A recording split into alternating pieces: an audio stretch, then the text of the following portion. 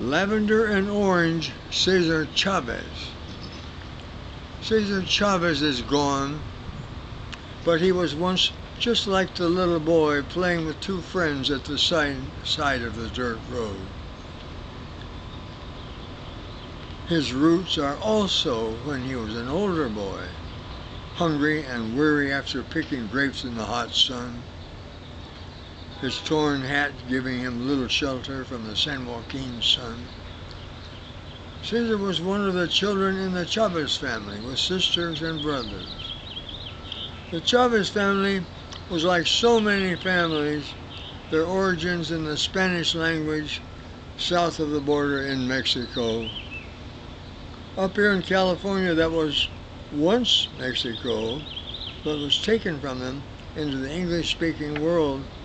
Cesar is in every family, every Spanish-speaking house or hut, every Spanish-speaking group of Latinos, talking softly in the shade of a tree in a hot afternoon. Somewhere between Fresno and Bakersfield, he will be in the laughter at weddings, the dancing at parties on Friday and Saturday nights, the sharing of food at a picnic table on Sunday afternoons. He will be present in steamy kitchens in small houses without air conditioning, the kisses at parting time between lovers, grandparents and grandchildren, both this year and on this same day 100 years from now.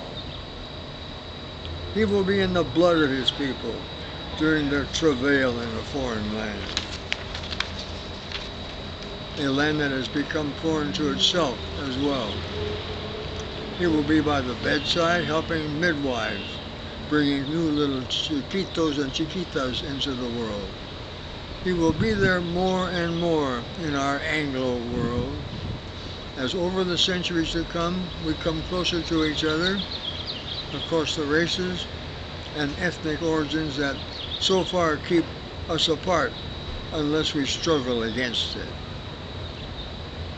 Cesar Chavez will be one of the Cesars in the history books, one that Shakespeare did not write about but may yet one day in other worlds. Cesar Chavez is an old redwood giant in our forest, a great expanse of dry land leading up to the wild hills to the southwest.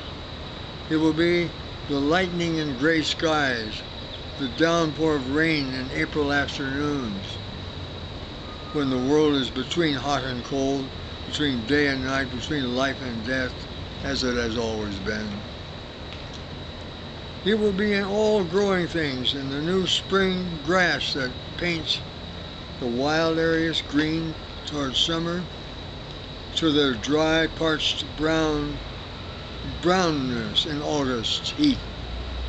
He will be in bird calls and mockingbirds, blue jays, crows and magpies, all living as fully as they can in their part of the world, without the complexities of human life, of human survival. He will feel our lives like his own, as he did when he lived among us. He will feel the tears of his own life, his own inadequacy, just as we feel ours. He is ultimately so like us, his hopes and labors for a better world, sometimes so lonely and tired late at night, the nights to forge before the beginning of another La Huelga pilgrimage from Delano in southern San Joaquin Valley to Sacramento, 365 miles they will walk.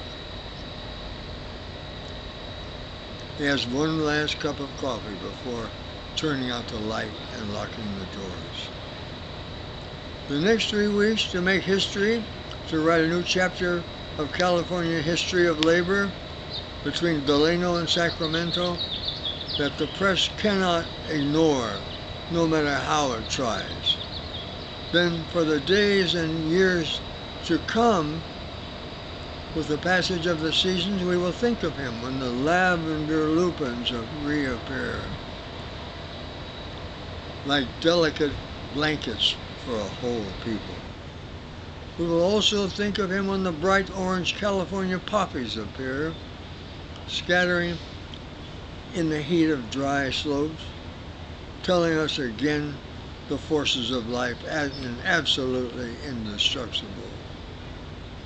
These lavender lupins, these orange poppies, the colors of Cesar Chavez.